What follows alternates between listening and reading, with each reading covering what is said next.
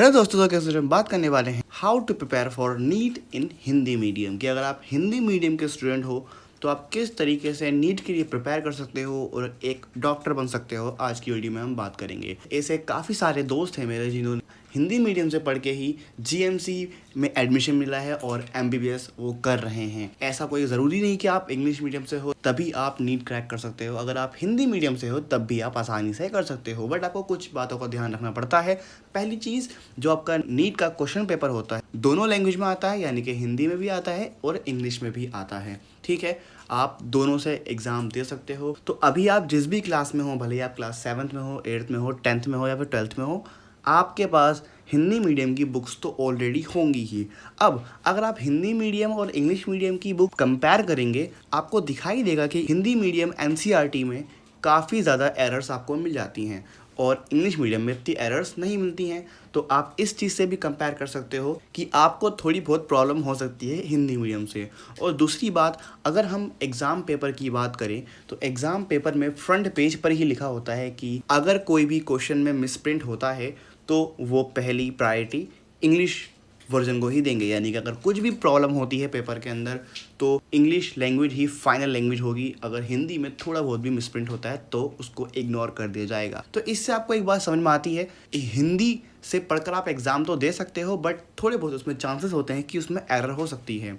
और तीसरा पॉइंट, हमें ये भी ध्यान में रखना होगा कि जब आप नीट क्रैक कर दोगे हिंदी मीडियम से पढ़ने के बावजूद भी हिंदी मीडियम से एग्ज़ाम दोगे तो उसके बाद आप जब किसी भी कॉलेज में एडमिशन लोगे तो वहाँ पर पढ़ाई इंग्लिश में ही होगी। ठीक है, तो इस बात को आपको ध्यान में रखना है कि आगे चल के भी आपकी पढ़ाई इंग्लिश में ही होगी, हिंदी में आपको कोई नहीं पढ़ाएगा।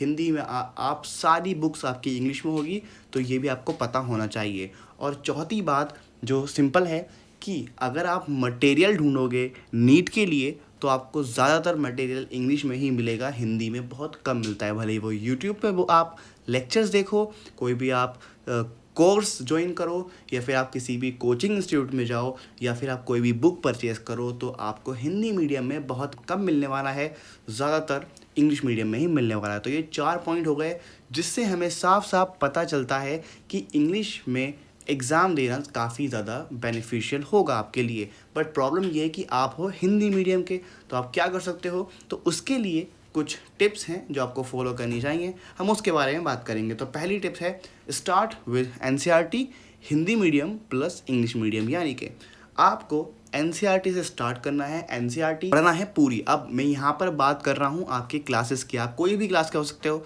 अगर आप क्लास 10th के हो या फिर क्लास 9th के हो तो आप अगर ये वीडियो अभी देख रहे हो तो आपके लिए बहुत बेनिफिट है। क्यों? क्योंकि आप अभी से प्रिपेयर कर सकते हो जिससे आपको आगे आसानी होगी। बट अगर आप क्लास 12th के हो तो आपको पास थोड़ा कम टाइम है आपके पास, तो आपको प्रॉब्लम हो सकती है। पहला पॉइंट है कि आपको अपनी एनसीईआरटी हिंदी में पढ़नी है, लेकिन उसमें जो मेन वर्ड्स होते हैं, फॉर एग्जांपल आप कोई वर्ड पढ़ रहे हो जैसे कि मिक्सचर को हिंदी में बोलते हैं मिश्रण, तो आपको दोनों पता होने चाहिए कि हिंदी में बोलते हैं मिश्रण और इंग्लिश में बोलते हैं मिक्सचर। ऐसे हम बात करते हैं विलियन की, तो विलियन को इंग्लिश में बोलते हैं सॉल्यूशन, तो आपको दोनों पता होने चाहिए। इन शॉर्ट आप दोनों को पढ़ के चलो, इतना इसमें आपको प्रॉब्लम इतनी नहीं आएगी। अगर आपको एक चीज़ पता होगी तो दूसरी याद करने में इतनी प्रॉब्लम नहीं है। और अगर आप एक हिंदी मीडियम के स्टूडेंट हो तो आपके लिए इंग्लिश आसान भी हो जाएगी। क्यों आसान हो जाएगी? क्योंकि मिश्रण एक टफ वर्ड है और मिक्सचर एक इजी वर्ड है, सॉल्यूशन एक इजी वर्ड है और एक विलियन थोड़ा टफ वर्ड है। तो जब आप हिंदी से इंग्लिश ट्रांसफ़र करोगे तो आपको आसानी रहेगी, इतना आपको टफ नहीं रहेगा। और आपके पास बेनिफिट ये होगा कि आप दोनों लैंग्वेज में आप पढ़ सकते हो और प्लस पढ़ा भी सकते हो। तो दोनों में पढ़ना है आपको। अगर नोट्स बन रहे हैं तो सिर्फ जो आपका टॉपिक होगा उसको इंग्लिश में लिखो, बाकी थ्योरी पूरी हिंदी में लिखो, ताकि आपकी हिंदी भी सही रहे और इंग्लिश भी सही रहे, क्योंकि आपको अपने एग्जाम्स भी देने हैं। उसके बाद है सेकंड पॉइंट जो है main focus on the biology from the NCERT. आपको अपना फोकस बायोलॉजी पर रखना होगा और बायोलॉजी को कोशिश करो कि आप थोड़ी बहुत उसमें इंग्लिश वर्ड यूज़ करो, मतलब आप इंग्लिश में लिखने की कोशिश करो, क्योंकि बायो में चलता है। भले आप हिंदी मीडियम के स्टूडेंट हो, लेकिन अगर आप कुछ नेम्स जो बायो के हैं वो आप लिखते हो इंग्लिश में, तब भी आपको अच्छे मार्क्स मिलते हैं आपके एग्ज़ाम्स में। तो आपकी जो स्कूल एग्ज़ाम्स है उसमें भी अच्छा प्रिपेयर कर पाओगे और प्लस आपके साथ साथ में नीट की प्रिपरेशन भी हो जाएगी। इससे काम ये होगा कि आपकी इंग्लिश भी स्ट्रांग होती रहेगी और हिंदी भी आपकी नहीं छूटेगी। ठीक है, उसके बाद है थर्ड पॉइंट जो है in chemistry you should read NCERT, your notes और प्रीवियस ईयर क्वेश्चन पेपर, यानी कि आप जिस भी क्लास में हो अपनी केमिस्ट्री की एनसीईआरटी अच्छे से पढ़ो, उसको समझो और अपने नोट्स बनाओ और साथ में प्रीवियस ईयर क्वेश्चन पेपर करो। अब केमिस्ट्री में काफ़ी इजी है क्योंकि केमिस्ट्री के अंदर जितने भी केमिकल एलिमेंट, जितने भी एलिमेंट्स होते हैं, कंपाउंड्स होते हैं, तो उनके फॉर्मूलाज ऑलरेडी इंग्लिश में होते ही हैं। और जो आपके IUPAC नेम्स होते हैं उनको भी इंग्लिश में लिखने की कोशिश करना, क्योंकि इंग्लिश में समझना आसान है और एग्जामिनर भी इंग्लिश में ही समझ पाता है। तो भले ही आप हिंदी मीडियम के हो और भले ही आप इंग्लिश मीडियम के हो, आपको chemical name, chemical formula English में ही लिखना पड़ता है। तो आपको केमिस्ट्री पे इस बात पर ध्यान देना पड़ेगा। उसके बाद फोर्थ पॉइंट है, in physics your main focus on previous year question papers, notes, theory of NCERT and some other books. यानी कि आप जब फिजिक्स पढ़ोगे तो फिजिक्स में सिंपल है, आपको प्रीवियस ईयर क्वेश्चन पेपर भी करने हैं, नोट्स भी करने हैं और उसके साथ साथ में थ्योरी पर भी फोकस करना है। और बात रही डेरिवेशंस की, न्यूमेरिकल्स की, तो भले ही वो हिंदी मीडियम वाला हो वो भी सेम करता है, इंग्लिश मीडियम वाला हो वो भी सेम करता है। बट बात क्या है थ्योरी की, तो थोड़ा थ्योरी में आपको प्रैक्टिस करनी पड़ेगी कि कैसे आप हिंदी को समझ सकते हो, कैसे आप इंग्लिश को समझ सकते हो। तो ये वो बातें हैं जिससे आपकी थोड़ा थोड़ा कर करके, रोज़ कर करके आपकी इंग्लिश स्ट्रांग होती जाएगी। और इंग्लिश स्ट्रांग करना इसलिए भी ज़रूरी है कि आपको जब आगे चल के आपका एग्ज़ाम होगा, एग्ज़ाम तो चलो आप हिंदी में दे सकते हो, प्रॉब्लम नहीं है, लेकिन जब आप आगे चल के एग्ज़ाम क्रैक कर दोगे, MBBS करोगे या फिर जो भी कोर्स करोगे आप, तो आपको पढ़ाई इंग्लिश में ही होगी, ठीक है।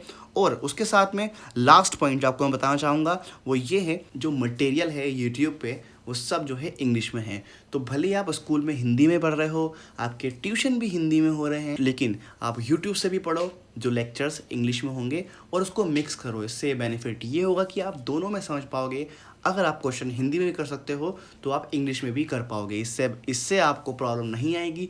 थोड़ा थोड़ा कर करके आप इंग्लिश भी सीख जाओगे और आपकी हिंदी भी कॉम्प्रोमाइज़ नहीं होगी। और इस तरीके से आप जब ये करोगे तो आपकी इंग्लिश स्ट्रांग हो जाएगी और आप आगे चल के नीट के लिए अच्छे से प्रिपेयर करोगे। भले ही आप कोचिंग से करो, भले ही आप ऑनलाइन करो, कैसे भी करो, तो आप कर पाओगे और आपको आगे प्रॉब्लम नहीं आएगी, ठीक है। तो ये एक बेसिक वीडियो थी, इसके लिए एक डीप वीडियो भी आएगी। इसके अंदर हम टोटल प्रिपरेशन की बात करेंगे कि कैसे आप मटेरियल कलेक्ट कर सकते हो, कैसे आपको क्या चीज़ें करनी चाहिए अगर आप हिंदी मीडियम से हो। तो ये थी आज की वीडियो। तो होप आपको समझ में आई होगी। अगर समझ में आई तो वीडियो को लाइक कर देना और साथ में चैनल को सब्सक्राइब भी कर देना। अगर आपको इसके बारे में और जानना है तो आप मुझे कमेंट कर सकते हो ताकि मैं उस पर वीडियो बना पाऊँ। तो मिलते हैं आपसे अगली वीडियो में, तब तक के लिए all the best. Thanks for the watching and piece.